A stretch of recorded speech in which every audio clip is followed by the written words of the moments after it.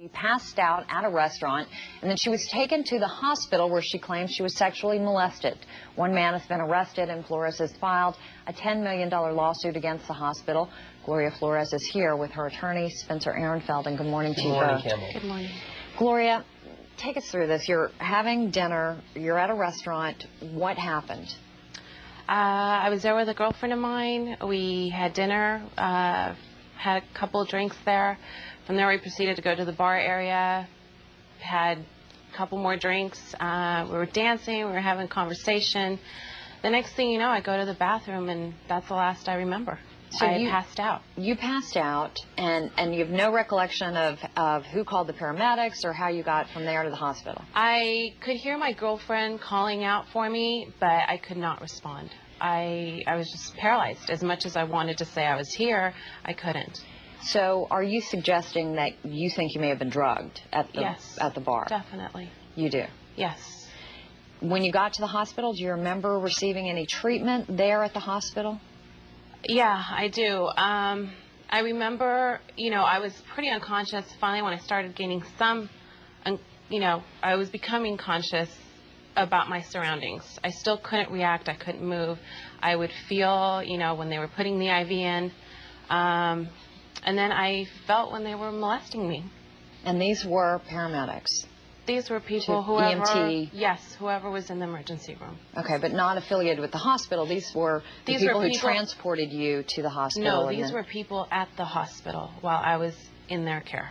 Okay. Tell me, from your perspective, the status of the investigation. One of these guys has been arrested and charged. Amazing. There's two cases going on. There's the criminal case, which is going to put this man behind bars. He confessed to the Miami Beach Police Department to molesting her. And this is Julio Tandron. Correct. Right. He's confessed to them to molesting her, and apparently to doing far more than she even knew, because she was in and out of consciousness the entire time. He apparently masturbated on top of her, fondled her breasts, and did a variety of different things that are totally inappropriate and violent against her. Now, does this guy have a criminal record? What else do you know about him? We don't know much yet, but we intend to find out everything about this young man and find out precisely what the hospital knew or should have known about him before they hired him. Now, this man was an employee of the hospital? He was an employee of the hospital, and there was another employee of the hospital who sat there and watched this happen.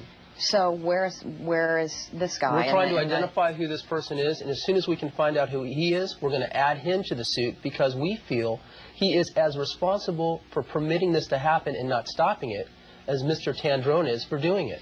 There are a couple of things I want to be clear about. Is one, we tried to contact the police department and the hospital and haven't been able to get a comment on from any of them to clarify some of these issues.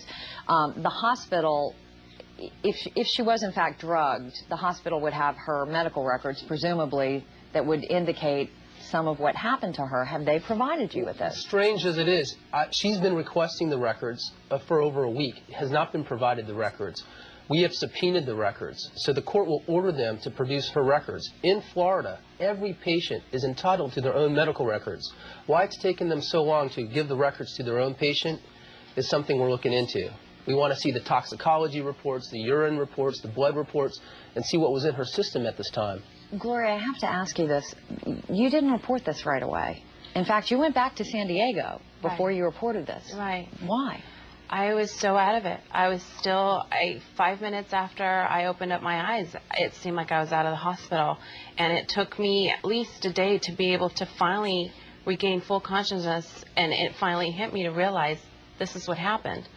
It wasn't something that all I wanted to do was just sleep, I'm sorry, 9 out of 10 rapes are never reported. And I think that Gloria is an amazingly strong woman to come forward here on national television and try to encourage other victims of rape to come forward. It's a very commendable thing she's done. And you are suing the hospital, correct? Yes. Now, that'll be separate from this criminal investigation? That's the civil lawsuit, and in that lawsuit, we're going to hold the hospital responsible for financially. I mean, you can't put a hospital in jail, but what you can do is have a jury hear what's happened to her and come back with a verdict, and that's the civil lawsuit. Well, Gloria Flores, we're certainly sympathetic to what's happened to you and wish you the best of luck in pursuing this case. And Aaron, thanks to you as well for joining us here this morning. Thank you for having us. Thank you.